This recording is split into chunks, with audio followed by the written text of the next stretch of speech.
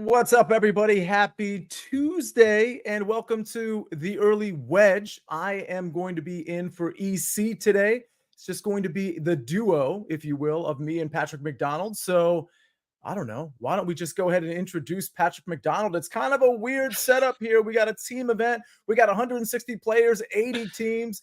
Patrick, listen, vibes feel like they're slightly low for a tournament like this, especially coming off the Masters and a signature event. How you feeling coming into this one? Yeah, it felt like kind of the delayed hangover, right?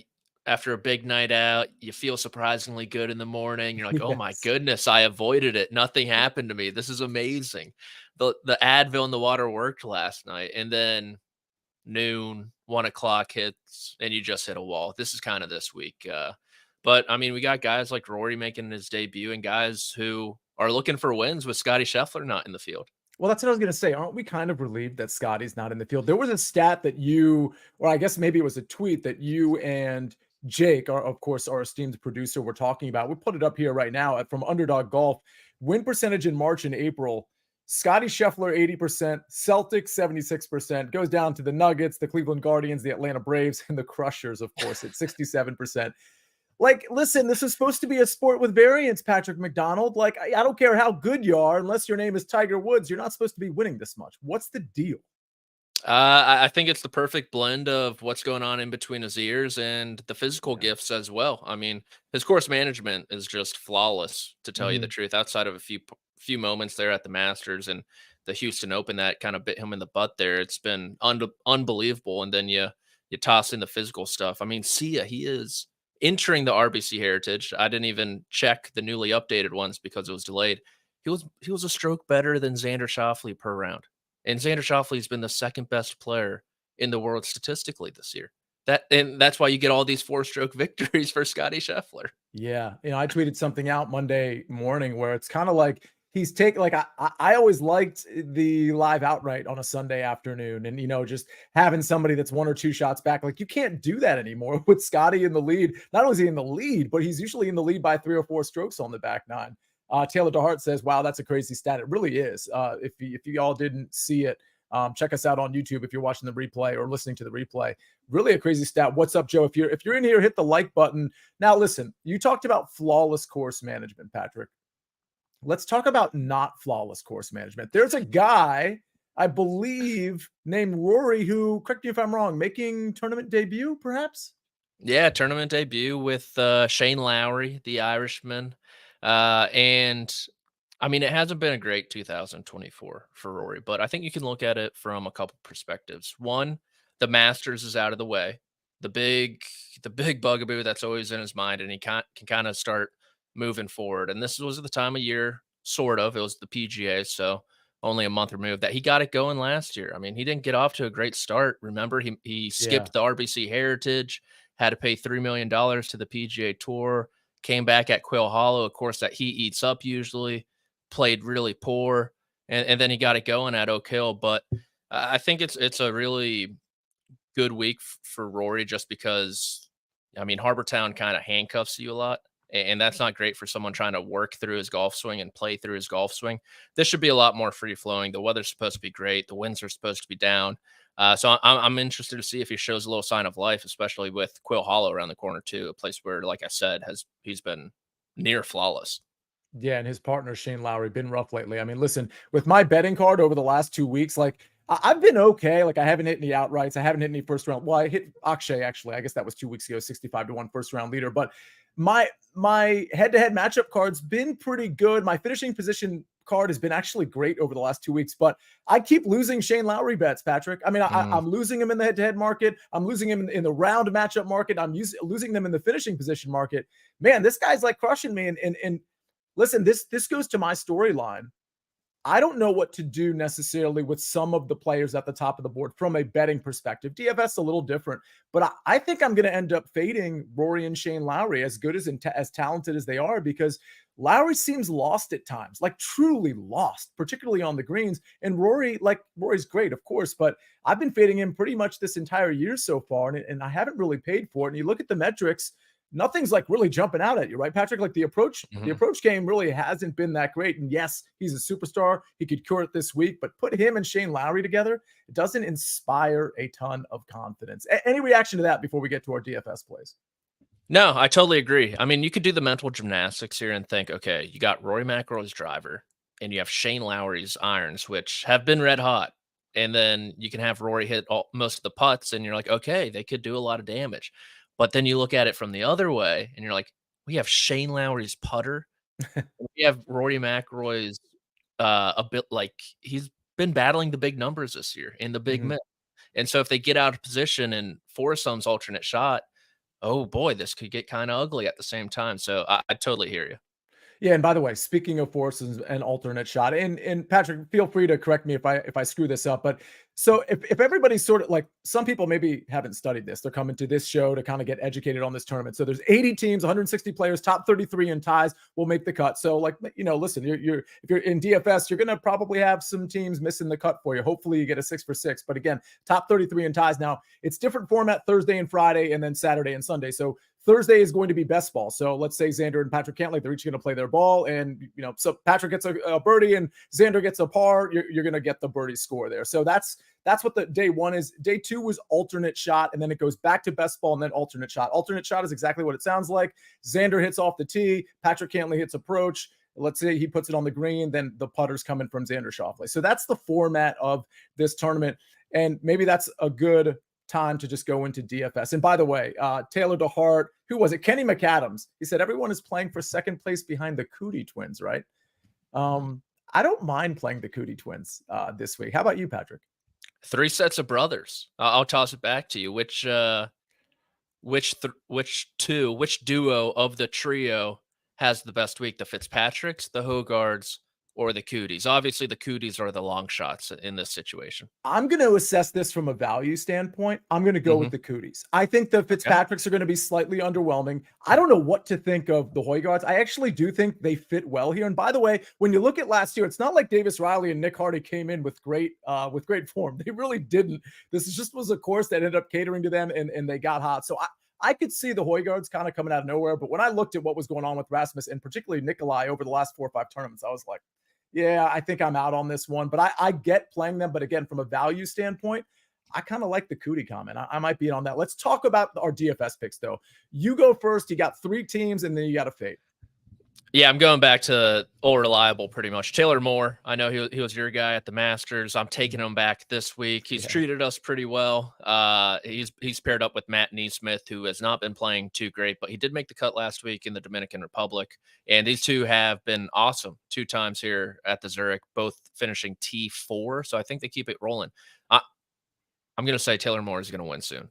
Not a signature, but like a Gen Pop event. I think he's going to win very soon. He's playing really good golf. Grayson Sigg and Chesson Hadley at 7,600. I mean, Grayson Sigg, come on. Do I need to say any more? Had a good fit or a start last week. Not the finish we were looking for. And then Chesson Hadley, he hasn't been playing too great, but I think he's found something, hopefully, with the ball striking. And it gets pretty thin quick in this field. So you have to make some choices. David Skins and Callum Tarrant, a Radford boy. I bet you didn't know that. See, Callum Tarrant. I did not. Yep. I did not. Slamming those Mad Dogs, I bet, down there in Southwest Virginia. I like the Englishman at 6,400. Tarrant finished T23 last week in Corrales. And Skins, he's kind of just been popping up every now and again, right? Houston Open, he contended. He contended at PGA National as well. So I'll take a chance on them. And then unlike Sia, my fades have gotten me into big trouble lately. Big trouble. So do with this information as you will. Maybe place an outright on them if you want to have fun. They're getting a lot of attention, I'll say, early in the weekend. It's Tom Hoagie, Mav McNeely. I think you look at this team, you think Hoagie's iron play, McNeely's putter, and they're going to do really well together. And I can see it for sure, but I'm not a believer in the drivers from either of them at this point. I think they could get into a lot of trouble, so I'm going to fade them at 9,400. I don't mind that fade. Those guys are going to be really popular, so it certainly makes sense. By the way, I think we have an appearance from somebody who's pretty Twitter famous and gambling famous, Kenny McAndress. I believe that's Lil Kenny on Twitter is in the chat. A friend of mine on Twitter, really good, better, crushes it in golf from what I recall with his tweets. But thanks for being in here, Kenny. If you have any picks to drop in here, please do it. Wenzel Walker, I see you. Virtual, I see you. Japan is in here. David Talk, we got everybody in here. And by the way, and it is the Kenny, I believe. Hit the like button if you would. All right, let's get to mine. Now, you might have just seen a magic act on the screen here because I had Kelly Craft, and I'm trying to remember who his partner was. I at 6,400, I had Kelly Craft, and I'll remember who his partner was in a second. But we changed it to Bridgman and Phillips because I made this change sort of late in the game. So I'm going to go with Cantlay and Xander. They're going to be super popular. If you want to fade the popular, team this week, feel free. They're probably going to be like in the 50-ish% range. But the thing is, like, the way this format is and the way these guys are so much better than pretty much everybody in the field outside of 4 or 5 players, I just think I don't want to say it's a free square because it's not. I mean, but I'm playing Cantlay and Xander. I'm just letting everybody know. They're not going to be in every lineup, but I just want people to know because normally I put kind of lower price people down here. I'm playing Cantlay and Xander. Kevin Yu and CT Pan. Like, I like Kevin Yu on this course. I think Kevin Yu is actually a really good fit. And CT Pan, if you noticed over the last 3 or 4 tournaments, there are rounds where he really flashes and he can be really accurate off the tee and he can just kind of dial in. I think this is a really interesting pairing. Bridgman and Phillips at 7,400. I actually like how Chandler Phillips has been playing. I played him last week too. He had I think a really bad Saturday, but kind of rebounded a little bit on Sunday. I think he's been playing really well. And Bridgman is one of those guys. If you look at over the last 3 or 4 tournaments, it's been very, very up and down. But I think this is a very sneaky team at 7,400. A couple of up-and-comers there. Let me see. I know Jake is helping me out with Kevin Tway and Kelly Craft. If you want to dig deep for a $6,400 team, the thing about Tway and Craft that I loved, Patrick, was that, and I'll get to my. I already. You know what? I'm not even going to get to my fade. I already talked about how I'm fading Shane Lowry and Rory McIlroy a few minutes ago. Tway and Craft haven't played a lot of golf lately. And I think they've been kind of like going back and forth on the Korn Ferry Tour. But if you go back and look what Kelly Craft has played decent golf when he's played golf, at least the last few tournaments he's played. And Kevin Tway, I think, is a good course fit, can hit a mile off the tee. He's been playing some up and down golf too, I believe, on the PGA and Korn Ferry Tour. So again, if you want to dig deep for just a flyer, again, it's only top 33 in ties that make this. So those two probably aren't making the cut. But I think they can do some damage. I think I'm willing to take a shot there at 6,400. But again, I put in Bridgman and Phillips. Any reaction there, Patrick, to any of these teams? I love the Chandler Phillips Bridgman one. That was one I was about to put on my list. The Kelly Craft, Kevin Trey one, Tway. Tway just runner up last week, at least a top 5 finish last week in Corrales. And then he was T3, I think. Kelly Craft, unfortunately, I definitely bet on him during the fall swing. So I can concur that he was playing at least somewhat decent golf. I think I bet him in Bermuda. By the way, it's CT Pan. Did people think I said Pam? CT Pam? Oh, are you saying Pam? Right. No, I'm saying CT Pan, but I apparently, I don't know if that's like a joke I'm missing, like where like Pam is like a thing. Pam? CT Pan. It's from Step Brothers. It's from Step Brothers. Oh, that's so my bad. Oh, here I am. The interview, Sia. I'm missing the pop culture. Speaking of pop culture, I had a lot of people tweet at me. I said, give me your best duos. So if you want to put it in the chat, go ahead. I said I'd give some people a shout out. So before I give out my first round leaders, Z Quishy says Kid and Play, and Patrick, think of some. John Markowski, Carmi and Cousin, Harry and Marv from Mark Buckholtz, Eddie and Martin Crane. I absolutely love that one from Shooter McCracken. Hall & Oates from John Marotti. Harry Carey and Steve Stone from Mark Hood. We've got plenty more where that came from. I'll try to give a couple other shout outs before the show is out. Sorry for not getting that joke, everybody. Let's get the first round leaders. Listen, if you thought first round leader was an imprecise science, well, you're right, but it's certainly imprecise this week. I'm going with a few teams here. I mentioned CT Pan and Kevin Yu, 50-1. Listen, they're not going to win the tournament, but can they flash for a round? I absolutely think they can. I think they're both good complements to each other. I think they're good course fits. Corey Connors and Taylor Pendrith, you'll see later on the show. I like both of these guys. I do think Taylor Pendrith's game is starting to come around finally, and we've seen flashes of that over the last few tournaments. Corey Connors, pretty steady. I think that's a really good pairing as well. Taylor Pendrith can really get it going with the putter as well. And then Xander and Patrick Cantlay. I mean, they very well, like in best ball, could be the first round leaders. I'm not betting them outright at such a short number. You can if you want to. I'm totally cool with it. But this is where I'm getting exposure to Patrick Cantlay and Xander Schauffele outside of DFS in the first round leader market at plus 1,200. Any reaction to those three? I know you don't dip into the first round leader market, Patrick. I think a fun way, if you do want exposure to Xander and Cantlay, you don't want to pay 5-1 or whatever it is maybe end of round 2 leader as well, if they're trailing by a couple strokes, just because them in foursomes, they're lethal. I mean, they shot 15 under in foursomes last year, including 9 under 63 on Friday, and that's just ridiculous in that format. So if they're trailing by a couple, I think that's a fun way to attack it too. K Squire says peanut butter and jelly. Are you a crunchy or a creamy peanut butter guy, Patrick? There's a wrong and right answer here. I'm going to give you a bit of a surprise, Sia. I am an EpiPen boy instead. Fair enough. So neither. Hypothetically speaking, if you were not that, would it be crunchy or creamy? Oh gosh, I don't know. I've never had peanut butter. So the answer is crunchy, everybody. Okay, I was going to go creamy. Hey, maybe we'll have a peanut butter commercial coming up next. We're going to get into our matchups. There's not much where that came from, but before we do that, let's hear a message from our partners. The best couch potatoes come from Pluto TV country. And these taters, they like all sorts of different things. Survivor Channel, Ink Master Channel. If it's got a spaceship in it, I'm probably watching it. 3 channels dedicated to CSI. Whatever mood you're in, it's going to be easy watching. We are back on the Early Wedge. We'll see EC next week. It's me and Patrick today. Speaking of duos, Justin Galvez says Rob and Big. That's his favorite duo. And Bonzo says Roz and Bulldog. That's the second Frazier reference. That one is a very, very good one. Matchup. So here's the thing, Patrick. We don't have much by way of matchups. Like, there literally are none. If you guys know of any matchups at books, let us know. But it looks like they're just putting out 3 balls, or at least that's all I've seen so far. Maybe that changes, but just putting out 3 balls. And they're not even really putting out the full cast here. They're kind of putting out some of the marquee names, 3 balls. So I like the one I'm giving out, but I just want everybody to know there's a reason there's only one here, because there's just not that much to offer at this point in time. Patrick McDonald, what's yours? I'm probably going to play yours after seeing it, but I'll let you get to that after. I'm going Patrick Cantlay, Xander Schauffele, plus 150 in a 3-ball over Sahith and Zalatoris, and then Rory and Lowry. Like I said, I mean, I love Cantlay and Schauffele this week, and Rory and Lowry, they obviously have their flaws. I'm concerned about them in foursomes in particular. And then Theegala and Zalatoris, I think, is going to be the main competition here. Theegala is playing unbelievable golf, has turned into a top 15 player in the world probably, and Zalatoris looks like he's finding his groove ball striking wise. But I'll take the drivers in particular in the well-rounded games of Cantlay and Schauffele over Theegala and Zalatoris.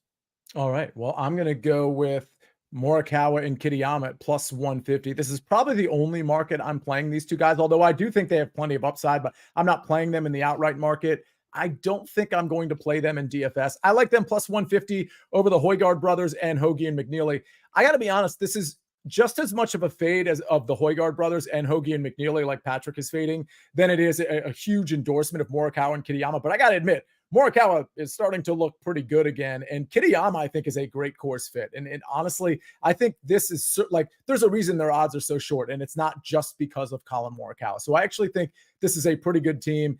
And I do think the Højgaards are a good course fit, but they just haven't been playing well at all. We're seeing Morikawa and Kitayama like really start to play well together at the same time. I can't say the same about the Højgaard brothers, and McNeely and Hoagie playing well, but they're just, I don't think they're the caliber collectively of the other two. So again, this is plus 150. This was minus 110. I wouldn't even think about it, but this is plus 150. And I like Morikawa and Kitayama over these two teams. All right, we move from 3 balls. I wish it was matchups. We don't have matchups to choose from. 2 finishing positions. I've got one. And Patrick, I know this is not a market that you dabble in. You don't have any in this market, correct? I'm out. I'm sitting out this time. All right, Caesars and MGM have some matchups, it says Turtle Man 137. Okay, and I did check there. Maybe that came out recently. I'll tell you what, good news. I have my SportsLine article that I only published the front end of it, where I put out a couple of outrights. I will check those matchups and I will add to my SportsLine article if I see any that I really like. So most likely I'll see one or two at BetMGM and at Caesars. And instead of just having the 1-3 ball, I'll have a couple matchups as well. So I'm going with the top 20 here. I like, listen, I think Taylor Pendrith, I think this is a good course fit. I think his game is starting to round into form. And I think the partnership with his Canadian brother, if you will, Corey Connors, I think this is really going to work well for the both of them. And Corey Connors, like, listen, he's super reliable. And I don't think we get a lot of reliability on this course. There's just not a lot of, like, listen, you want to go for the upside, obviously, especially when it comes to DFS. But I think Corey Connors has a little bit of the upside, and I think he has a lot of the consistency. And pair him with Taylor Pendrith, I think T20 at even money, that was the best I saw in terms of where I'm not paying a ton of juice or I'm just not like trying to take a long shot. Because again, top 33 in ties, I want somebody that I think is going to make the cut in my top 20 market. And I certainly think Corey Connors and Taylor Pendrith are going to do just that. Before we get into the winners, speaking of BetMGM, and good catch, Turtle Man, on some of these matchups that are out there. New BetMGM customers can sign up today and get up to $1,500 in bonus bets. Just place your first wager of at least $10, and you'll receive up to $1,500 instantly if your bet loses with bonus code EDGE. That's bonus code EDGE, EDGE. All right, we got a couple things left to do here, Patrick. We've got a couple live outrights that you want to give out. I'm going to give out one too. And then, of course, we have our outrights for this tournament where our cards are a little shorter than normal because we're trying to be a little responsible here. Before we get to that, let's hear a message from our partners.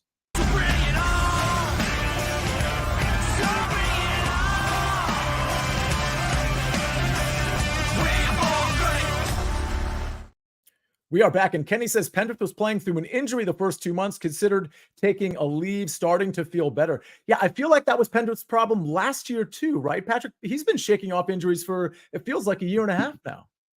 Yeah, I think it was the wrist. Well, maybe the year before. It might have been the year before. It might have been the year before. He was great in the summer when he almost beat Finau in Detroit. I think that was a couple years ago. Right. Yeah, so hopefully he is better. I mean, he's certainly showcasing that he probably is a little bit better given what he's been doing. He hasn't been amazing by any stretch, but he's been very solid, I think, in 2 of his last 3 tournaments. All right, we're going to go to outrights. I'm going with Will Zalatoris to hit the guy. I got to apologize to everybody. I published the front end of my article a little later than I wanted to. It already came out. It came out probably 4 or 5 hours ago, but I wanted to get it out yesterday because Will Zalatoris and Sahith Theegala were plus 1,000. At DraftKings. It was plus 750 in a lot of other places, but if you can still get it somewhere at, plus 900, plus 1,000, that's definitely the better number. I'm still going to put it up here because I put it out at plus 1,000 and maybe you can play this with a boost or something, but I do like Will Zalatoris and Sahith Theegala to win this tournament. And then I'm just going right back to Corey Connors and Taylor Pendrith. I think it's a good pairing. I love the 28-1. I think it's probably 27, 25 in some markets. I'd play it down to 25 for sure. I don't think it's going to go any lower than that. All right, Patrick. You're going with slow and steady wins the race. What you got? Yeah, I guess you could say that. I'm going with Patrick Cantlay, Xander Schauffele. I found a 5-1 on him. I figured, what the hell? Unlike you, I really considered Morikawa and Kitayama. I know they opened, around 16-1. I was tapped out of it Monday morning, which is unlike me. But now I'm seeing like 11s and 12s, and that's just a no-go for me. I'll just go Cantlay and Xander at 5. I just think they're so much better than every other team in this field. And they've proven it. They didn't have their best stuff last year, still finished inside the top 5. They won the year before. And yeah, I think it's about time that they get into the winner's circle. I mean, Xander's been the second best player statistically this year, and Cantlay's finding his groove with the finishes at the Masters and the RBC Heritage. So I think they get it done. It'll just be like, probably throw a couple $100 on this and then move on to next week. Yeah, I mean, listen, you keep your card short. You have the ability to throw a little extra money on the shorter shots here. So, and this, by the way, is why I'm kind of, it's not a lock button situation. But this is why I'm playing Patrick Cantlay and Xander Schauffele in DFS, in spite of the fact that they're going to be extremely high owned. It's why I have them in the first round leader market. I'm trying to get them at plus 1,200, but obviously over a 4-round sample size is going to be the better play, which is why it's plus 500 as opposed to the plus 1,200 with first round leader. But I don't mind this play at all. Hef Sterling says the real question is Skippy, Jif, or Peter Pan. Silly question, because obviously the answer is Jif. All right, we go from one 3-letter name to another 3-letter name. Let's go to Liv. I'm not the expert in Liv at all. I mean, listen, first of all, that we shouldn't throw the word expert around. I don't even know, Patrick, if you claim yourself as a live expert, but you always have picks, and you're the one on this show that's been hitting outrights, whether it's been on the live or the PGA Tour. You got a couple of outrights. I've got one that I actually kind of like, in spite of the fact that this has not been heavily researched. Full disclosure, Patrick McDonald, what are your live outright winners? You can call me the live shmee if you want to, the subject matter expert. That's okay. All right. Okay by me. All right. I know I said last time I said I was done betting Louis Oosthuizen, and then here we are again. Here we are. I bet him every tournament so far this season. He's come close. It's been heartbreaking on the back nine on the final round. So he hangs around 22 to 27 to 1, and I keep on betting it, and I'm going to again. And then Patrick Reed at 30 to 1. He's just a guy I like to bet in the 30 to 50 to 1 range. And although he has not won on Live Golf yet, which is surprising, I'm starting to play some really good golf. Played well at Doral, played well at the Masters, played well here in Adelaide last year. So I think he puts in a good run this year at 30 to 1. All right. Yeah. I mean, listen, speaking of playing decent golf lately, that's really where I'm going with Paul Casey. I think he can win at this course, 27 to 1. That's really kind of the numbers. That was the range I was kind of looking at. And just knowing that the approach game, the ball striking game has started to pick up, I figured I'd throw a shot at Paul Casey at 27 to 1. He's going to be in that 25 to 28 to 1 range, just regardless of what book you look at. So that's where I'm going. By the way, David Talk says Rangers 1 and Caps 1 update. Patrick, are you from the DC area? I know you used to live in the Maryland, Northern Virginia area. Are you from this area where I'm at right now? I'm from the area. I'm from Herndon, hometown of Scotty Reynolds back in the day, Villanova legend. Yeah. And I lived in the city post-grad for a handful of years. All right. Okay, so let's go Caps. They're playing the Rangers right now. By the way, Dante says Tom Brady and Lombardi trophies. That's his favorite duo. And Michael Lawler, Tim the Toolman Taylor, and Al Borland. That's a good one. That's probably where we want to close. Before I get out of here, let me just make sure there wasn't a question. And by the way, I've seen Step Brothers. I truly have seen Step Brothers, but it's been a while. Maybe I was only half paying attention. I am familiar with the reference. Let's see. I think we pretty much covered everything. Kevin Yu and CT first round leader, then they will miss the cut. Virtual, that's certainly possible. Hopefully that's not the case. Hopefully they're the first round leader and they dominate in my DraftKings lineup. But Patrick, any final words before we get out of here? A couple duos for you that I've been sitting on here. Ooh. Rory McIlroy in the backdoor top 10 at Augusta National is a great one. And I will go with Sean Spencer and Burton Guster from the hit show Psych. Wow. Digging deep. That's amazing. It says Patrick kept the joke going amazingly, says Joe Neuenfeld. You really did, by the way. Thanks for nothing. Thanks for nothing. You're supposed to be my teammate. It's tough. I mean, normally, like, EC's so funny to Needle. It's so easy. He doesn't even notice half the time. With you, in the back of my mind, I was feeling a little guilty, I will say. With EC, it's not. It's easy. With you, I felt bad. I was like, no, I know his name is CT Pan. Like, what's happening here? All right.